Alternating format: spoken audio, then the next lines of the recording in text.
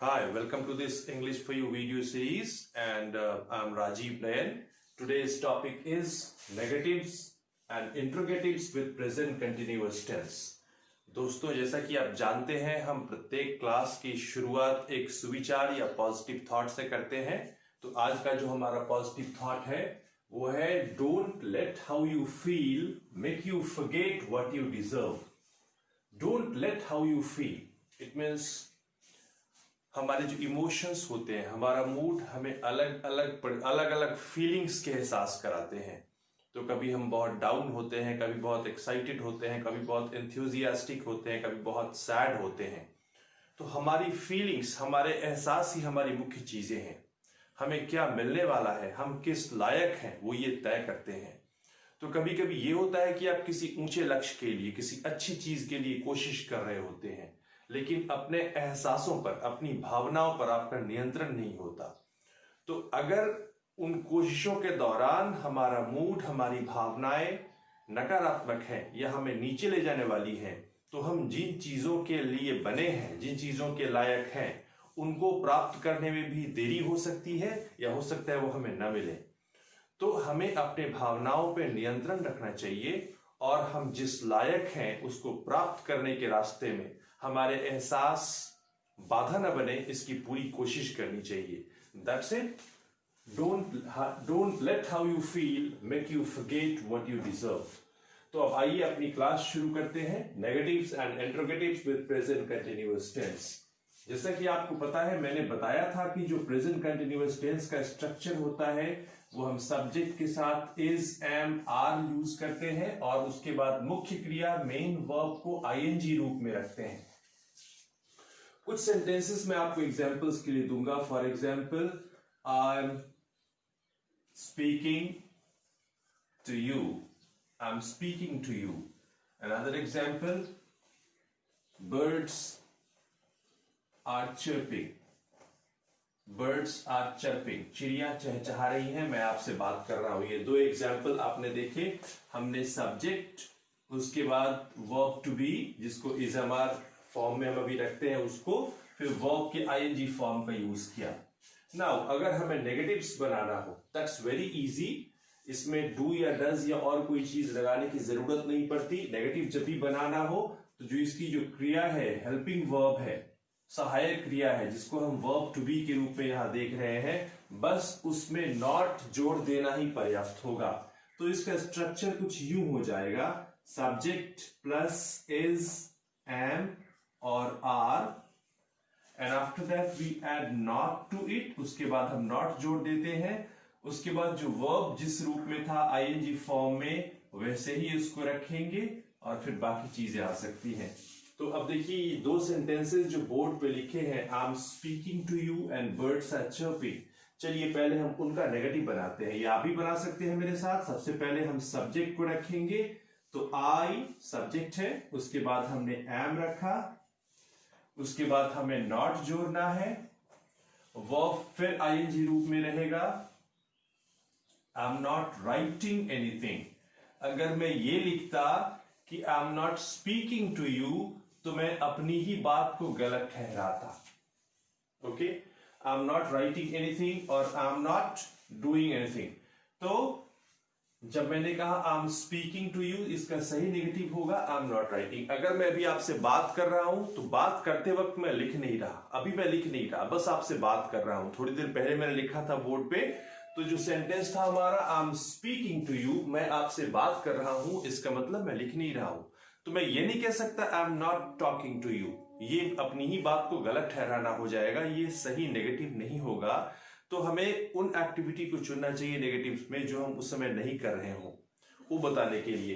तो मैंने चुना I am not writing anything, मैं लिख नहीं रहा हूं। Likewise, birds are chirping, birds are chirping, चिड़िया चहचहा रही हैं। तो इसका नेगेटिव हम क्या बना सकते हैं? फॉर्मूला वही रहेगा, पैटर्न वही रहेगा, birds are not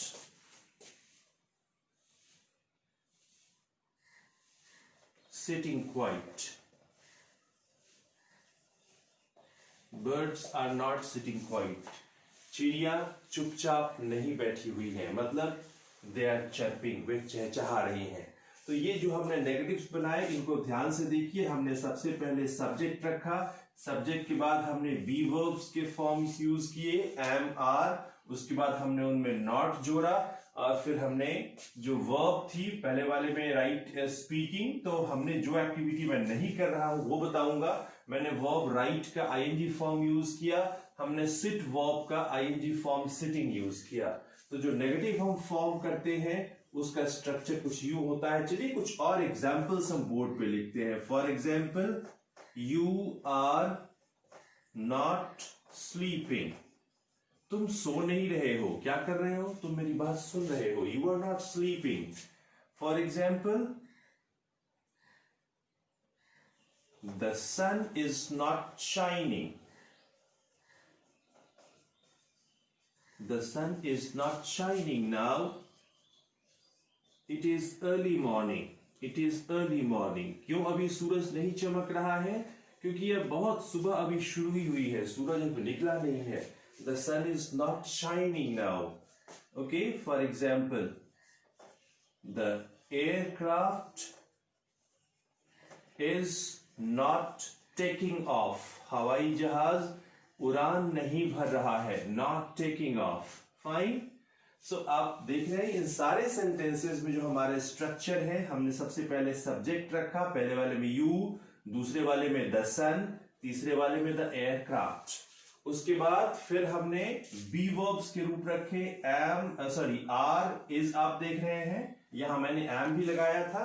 उसके बाद हम सब में हमने नॉट जोड़ा है नेगेटिव बनाने के लिए, और फिर हमने वर्ब के आईएनजी रूप का यूज किया, स्लीप का स्लीपिंग, वैसे ही शाइन का शाइनिंग, और टेक जो वी वर्ब है, टेक जो वर्ब का पहला रूप है उसका आईएनजी फॉर्म टेकिंग यूज किया।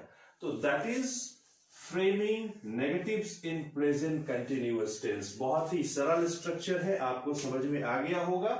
और इसका आप चाहे तो बिल्कुल स्नैपशॉट लेके भी रख सकते हैं, स्क्रीनशॉट लेके भी रख सकते हैं, और उसके बाद आप इसको रेफर कर सकते हैं जब भी इन पर सेंटेंस बनाने की प्रैक्टिस करें।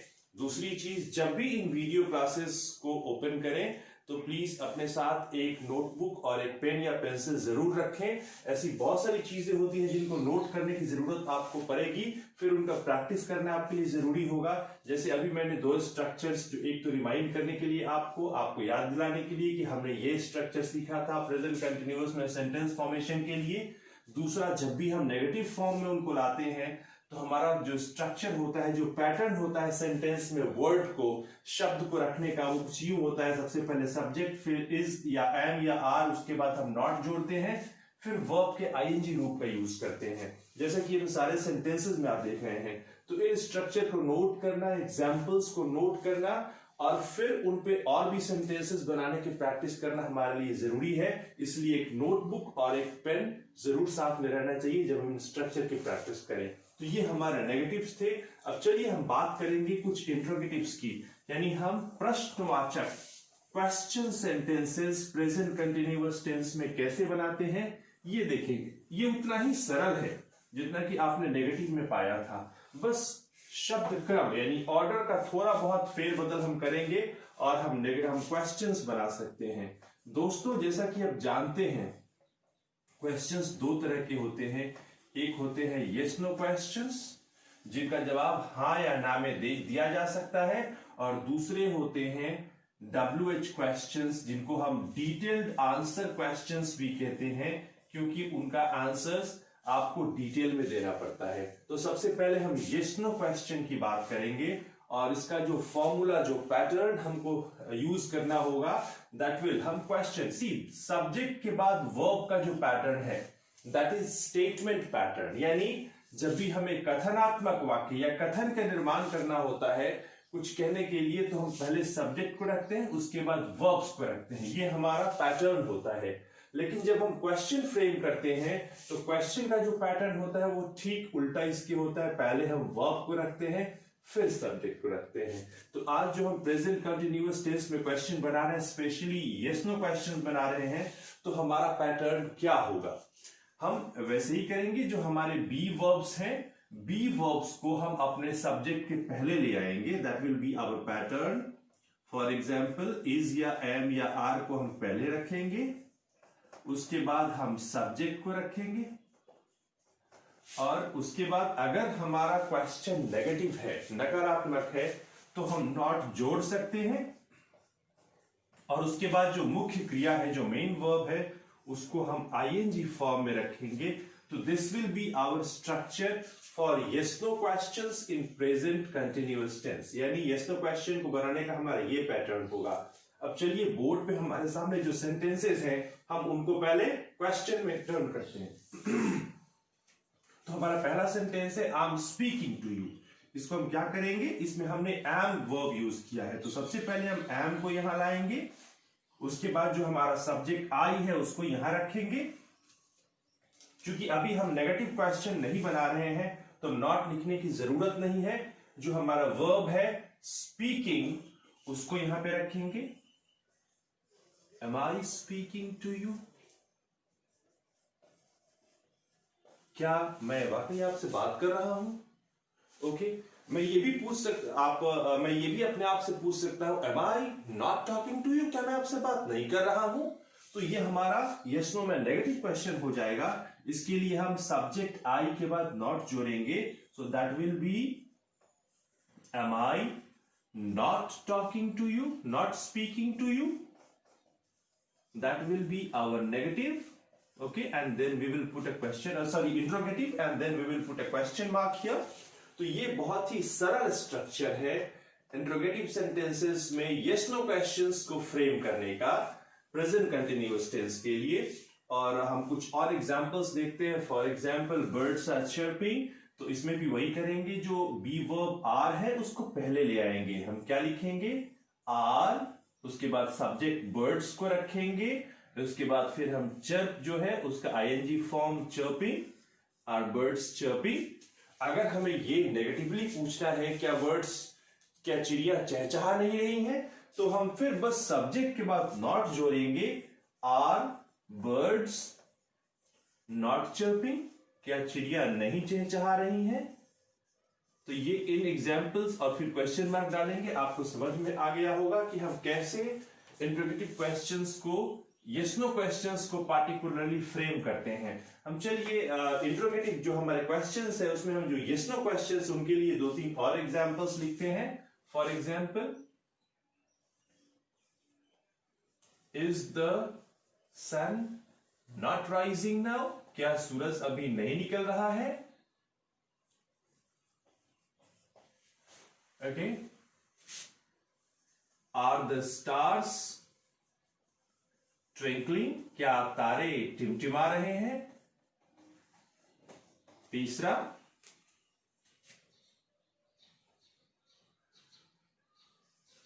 Is he feeling cold? Is he feeling cold? Okay, are people working? Are people working? आप इन तमाम सेंटेंसेस में देखेंगे हमारा जो फॉर्मूला है, हमारा जो पैटर्न है वही है। हमने पहले इज, आर, एम वगैरह को रखा, उसके बाद फिर हमने सब्जेक्ट्स को प्लेस किया, the sun, the stars, he, people etcetera. और उसके बाद जो अगर नेगेटिव क्वेश्चंस था तो हमने नॉट रखा, अगर नेगेटिव क्वेश्चन नहीं था तो हमने वर्ब के आईएनजी फॉर्म यूज किया। यहाँ पे राइजिंग, यहाँ ट्विंकलिंग, यहाँ फीलिंग, यहाँ वर्किंग। तो इस तरह से बहुत ही सिंपल स्ट्रक्चर है प्रेजेंट कंटिन्यूअस टेंस में जो यस नो क्वेश्चंस को बनाने का। दैट इज, हम इज एम आर को पहले रखते हैं, फिर सब्जेक्ट को रखते हैं, नेगेटिव होने की स्थिति में नॉट जोड़ते हैं, और फिर वर्ब के आईएनजी फॉर्म को यूज करते हैं। तो that's a very simple thing you might have और मस्ट हैव अंडरस्टूड। अब चलिए हम बात करते हैं दूसरे तरह का जो हमारा क्वेश्चन है, यस WH क्वेश्चंस हैं, उनको फ्रेम करने का अभ्यास करते हैं दोस्तों। तो WH क्वेश्चंस का मतलब है उन क्वेश्चन से जो WH वर्ड्स के साथ शुरू होते हैं। क्या आप मुझे बता सकते हैं कि WH वर्ड्स क्या है?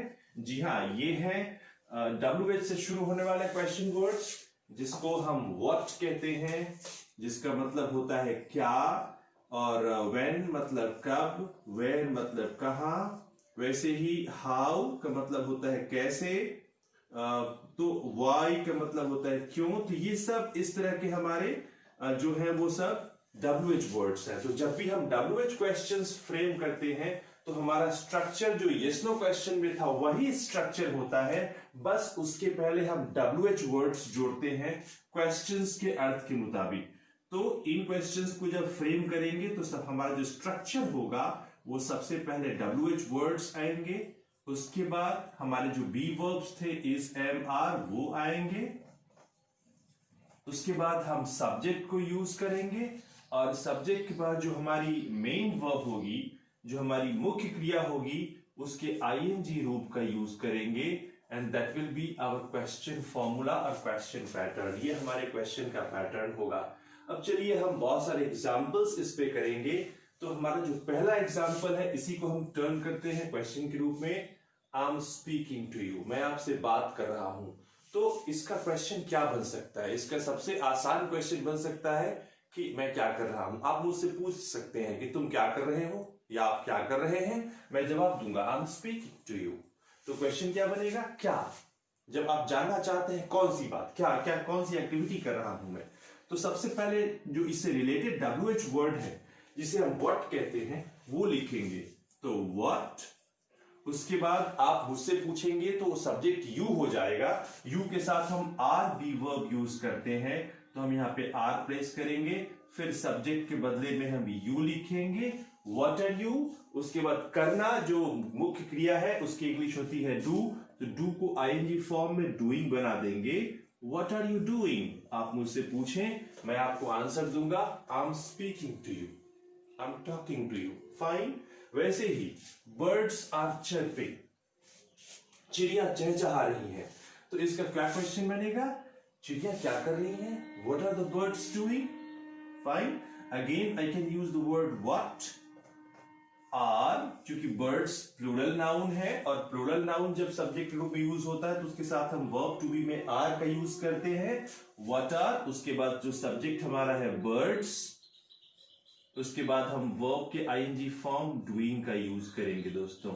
तो ये हमारे सिंपल एग्जांपल्स हैं कि हम कैसे WH क्वेश्चंस फ्रेम करते हैं प्रेजेंट कंटिन्यूअस में। हम कुछ और एग्जांपल्स यहां पे लिखेंगे जिससे आपको ये स्पष्ट हो जाएगा कि क्वेश्चंस कैसे फ्रेम होते हैं। For example, why are you talking rudely, talking rudely to me, आप मुझसे इतनी उद्दंडता से क्यों बात कर रहे हैं? Why are you talking rudely? अब यहां भी देखिए हमने एक W, चूंकि हम कारण जानना चाहते हैं तो कारण जानने के लिए जो हमारा WH वर्ड है वो होता है why, क्यों। अगर हम किसी चीज का मैनर या तरीका जानना चाहते हैं तो उसके लिए WH वर्ड होता है how। वैसे ही अगर हम किसी स्थान की जानकारी चाहते हैं कि कहां क्या हो रहा है तो हम where यूज करते हैं। वैसे ही जब हम समय की जानकारी चाहते हैं कि कब कुछ हो रहा है या ऐसा हो रहा है तो हम when यूज करते हैं। वैसे ही उस चीज के बारे में जानने के लिए व्हाट यूज करते हैं। तो यहां हमने वाई यूज किया, वाई, फिर हमने बी वर्ब जो यूज सब्जेक्ट के साथ लग सकता है, verb to be are form उसका यूज किया हमने, वाई आर, फिर हमने सब्जेक्ट यू रखा, फिर हमने जो मुख्य क्रिया थी टॉक उसका ING फॉर्म यूज किया, why are you talking, then I added other words like rudely to me. So why are you talking rudely to me. अब चलो कुछ और सेंटेंसेस बनाते हैं। Where is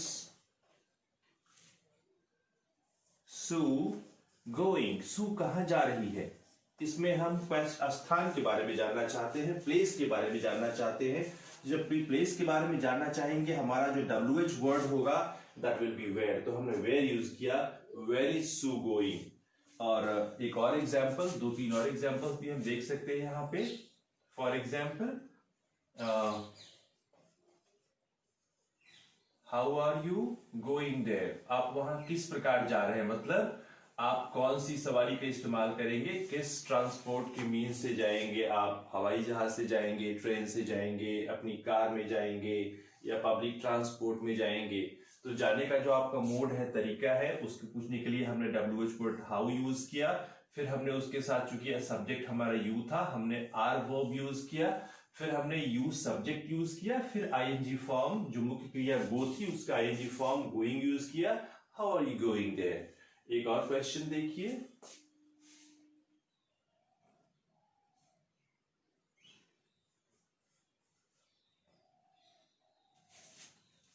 how is he doing all this.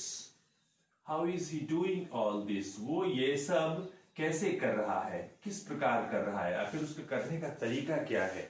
इसमें भी हम मैनर जानना चाहते हैं, तो हमारा जो WH वर्ड है वो है हाउ।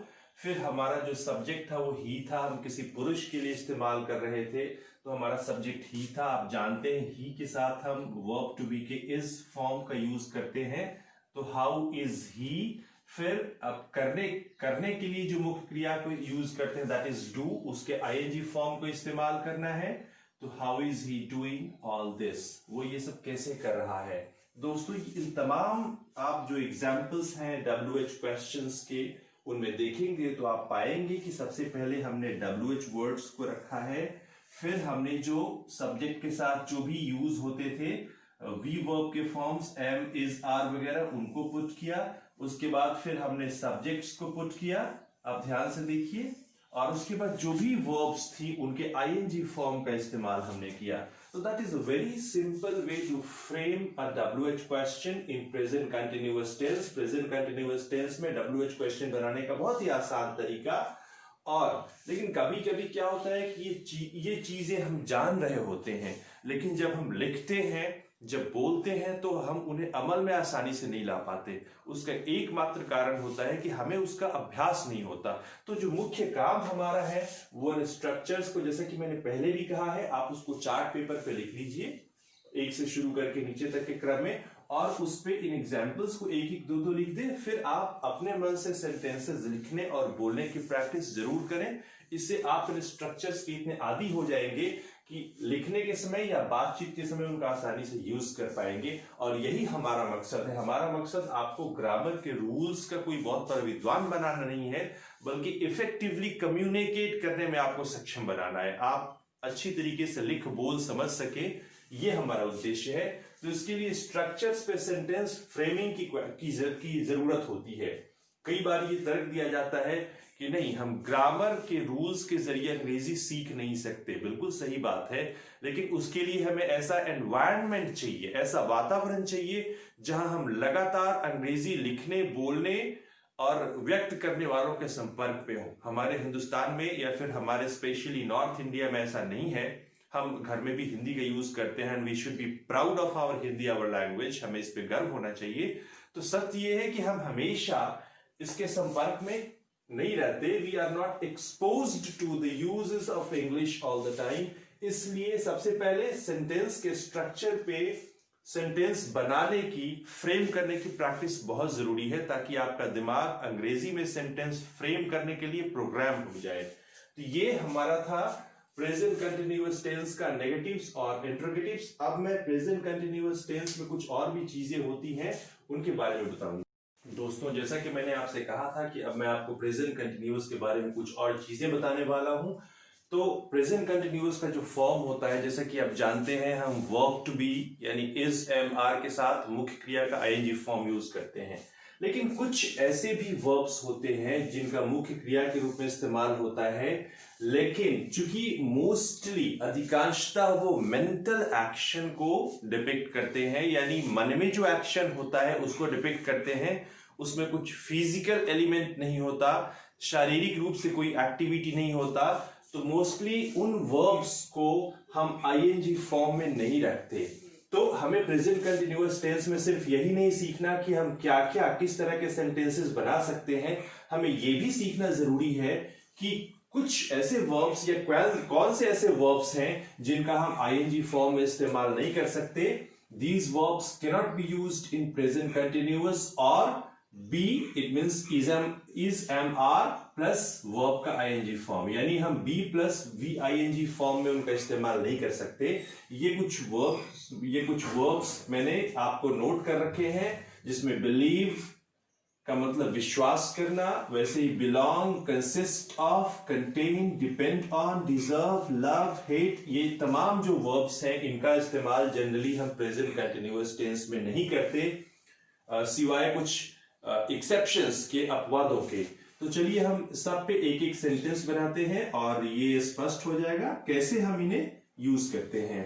तो बेसिकली जब हमें उस अर्थ में इनका यूज करना हो तो हम उनको सिंपल प्रेजेंट फॉर्म में यूज करना हमें चाहिए, हमें उनको आईएनजी फॉर्म में नहीं यूज करना चाहिए। For example, I believe what you से, मैं कहता हूं आई बिलीव व्हाट यू से, मैं आपकी बात पर यकीन करता हूं। मैं नहीं कह सकता I am believing what you say, that will be technically wrong. Likewise I can say I belong to wherever you are, for example India, या I am from India। तो हम बाहर में कहीं जाए तो ये बात बोल सकते हैं, but we cannot say I am belonging to India। वैसे ही this book consists of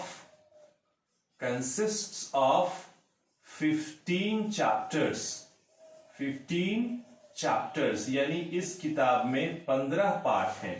हम ये नहीं कह सकते this book is consisting of 15 chapters, ये गलत हो जाएगा। वैसे ही this glass contains a little water, इस ग्लास में थोड़ा पानी है। This glass contains a little water, इस ग्लास में थोड़ा पानी है। बट हम ये नहीं कह सकते this glass is containing a little water, is containing के रूप में कंटेन वर्ब का यूज नहीं हो सकता। Your success, another example, your success depends on how you work, यानी आपकी सफलता किस चीज पर डिपेंड करती है, इस बात पे कि आप कैसे काम करते हैं। Your success depends upon how you work। तो हम कभी नहीं कह सकते कि your success is depending upon how you work or how you are working, ये नहीं कह सकते। हम हमेशा कहना पड़ेगा your success depends on how you work। For example, another one, for the word deserve, deserve verb का हम कैसे यूज करेंगे? You deserve good things in life, you deserve good things in life, आप जिंदगी में अच्छी चीजों के लायक हैं, उनको पाने के लायक हैं। लेकिन हम ये नहीं कह सकेंगे you are deserving good things in life। For example, I can say I love you all, but I cannot say I'm loving you all। yes, अगर ये एक्टिविटी एक्सेप्शंस में बहुत ही शॉर्ट टर्म के लिए, जैसे फॉर एग्जाम्पल आपने McDonald का एक एड देखा होगा, I'm loving it, और बहुत सारे लोग उसको कॉपी करने की कोशिश भी करते हैं आम जब बोलचाल में, लेकिन ऐसा नहीं करना चाहिए। That is for a very short time. जब आप बर्गर खा रहे हैं, उसका आपको उसका टेस्ट बहुत थोड़ी देर के लिए बहुत अच्छा लग रहा है, आप उसको थोड़ी देर के लिए बहुत इंजॉय कर रहे हैं, तो एक्सेप्शनली आप कह देते हैं I am loving it, it means I am loving the taste of burger right at this moment. So बहुत शॉर्ट टाइम के लिए हो सकता है, लेकिन इन जनरल हम लव को आई am loving you, he is loving me use नहीं कर सकते। I love you all, okay, I cannot से आई am loving you all. Likewise, I cannot say some people hate liars। Liars means झूठ बोलने वाले लोग। Okay, I cannot say some people are hating liars। Likewise, I know you, मैं आपको जानता हूं, but I cannot say I'm knowing you। That will be incorrect।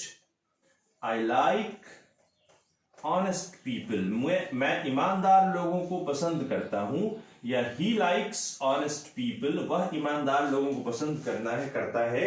लेकिन हम ये नहीं कह सकते I am liking honest people या he is liking honest people. For example, you own a car, आपके पास एक कार है, लेकिन हम ये नहीं कह सकते कि you are owning a car. वैसे ही people need several things to lead a successful life, life, लोग सफल जिंदगी जीने के लिए उन्हें बहुत सारी चीजों की जरूरत होती है, but we can never write people are needing several things to lead a successful life. हम people are needing नहीं कह सकते, need verb का ing form यूज नहीं हो सकता. I prefer tea to coffee. मुझे कॉफी के मुकाबले चाय ज्यादा पसंद है. लेकिन मैं ये नहीं कह सकता कि I am preferring tea to coffee now, ऐसा नहीं कह सकते हम. I prefer tea to coffee. वैसे ही they remember all the good deeds. All the good deeds, उन्हें सारे अच्छे कामों का स्मरण रहता है, वो याद रखते हैं इन चीजों को. But I cannot say they are remembering all the good deeds. वे सारे अच्छे कामों को याद कर रहे हैं, तो रिमेंबर का यूज हम am is are plus remembering में नहीं कर सकते. वही बहुत सारे लोग ये गलती करते हैं, खास तौर से ये अंडरस्टैंड वर्ड को बोलते समय. यस आई एम अंडरस्टैंडिंग, और कहते हैं you are not understanding me. No, please do not use the word understand. Understand word को आप is mr plus ing, it means continuous form में यूज नहीं कर सकते. Always use I understand.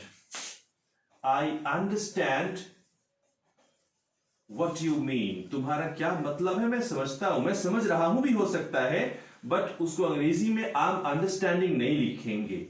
Okay, so I understand what you mean. तुम्हारा क्या मतलब है मैं समझता हूं या समझ रहा हूं, लेकिन उसके लिए लिखेंगे I understand he, I am understanding कभी नहीं लिखेंगे. तो दोस्तों ये कुछ छोटी छोटी चीजें थी. एक और चीज स्पेशली एक वर्ब है जिसको हम थिंक कहते हैं, मतलब सोचना. इस थिंक को क्या हम, क्योंकि ये भी तो मेंटल एक्शन है, तो क्या इसको हम प्रेजेंट कंटिन्यूअस टेंस में यूज कर सकते हैं? हाँ दोस्तों, लेकिन इसके दो अर्थ होते हैं. एक थिंक का मतलब होता है to have an opinion about something. about something, opinion about something. तो किसी चीज के बारे में कोई राय रखना. इसका दूसरा मतलब होता है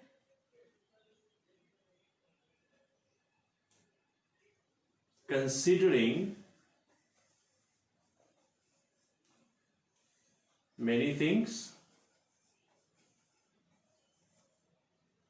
or thinking about something. तो इसके दो अर्थ होते हैं दोस्तों थिंक वर्ब के. या पहला किसी चीज के बारे में कोई राय रखना, दूसरा किसी चीज के बारे में उस समय सोच रहा होना. तो जब इसका मतलब to have an opinion about something, किसी चीज के बारे में कोई राय रखना होता है, तो इसका यूज हम नहीं कर सकते प्रेजेंट कंटिन्यूअस में. फिर इसको हम सिंपल प्रेजेंट में यूज करेंगे. For example, I think he is smart. I think he is smart. मैं सोचता हूं कि वो स्मार्ट है. ओके, मैं नहीं कह सकता कि I'm thinking he is smart. I'm thinking I cannot use. Okay, I think he is smart, क्योंकि यहां think का मतलब है उसके बारे में कोई ओपिनियन या राय रखना. लेकिन अगर मैं किसी परिस्थिति को लेकर कुछ सोच रहा हूं, कुछ चीजों को कंसीडर कर रहा हूं, तो मैं इसको यूज कर सकता हूं. For example, I'm thinking about other options. मैं दूसरे विकल्पों को लेकर या उनके बारे में सोच रहा हूं. अगर हम किसी समस्या से रूबरू हैं और हम अपने जो प्रेजेंट ऑप्शंस उसका सॉल्यूशन या समाधान नहीं पा रहे हैं, तो हम कह सकते हैं I'm thinking about other options. यानी हम दूसरे विकल्पों पर विचार कर रहे हैं. तो जब इसका मतलब विचार करना होता है, तो हम उसको प्रेजेंट कंटिन्यूअस टेंस में is am are plus ING formula पे यूज कर सकते हैं. लेकिन जब इसका मतलब किसी चीज के बारे में कोई राय या ओपिनियन रखना होता है, तो इसको हम प्रेजेंट कंटिन्यूअस टेंस में यूज नहीं कर सकते. तो उसको हम प्रेजेंट सिंपल टेंस में यूज कर सकते हैं. लाइकवाइज, जैसे आप देखिए ध्यान से, I think he is smart. तो दोस्तों ये सब चीजें प्रेजेंट कंटिन्यूअस टेंस के बारे में थी आज के लिए, और मुझे उम्मीद है ये सारी चीजें आपको समझ में आई होंगी. और अगर आप नहीं समझ पाते तो मेरे ईमेल आईडी पे आप पूछ सकते हैं लिख के. मैं आगे भी अपने क्लासेस में इनका स्पष्टीकरण करने की कोशिश करूंगा.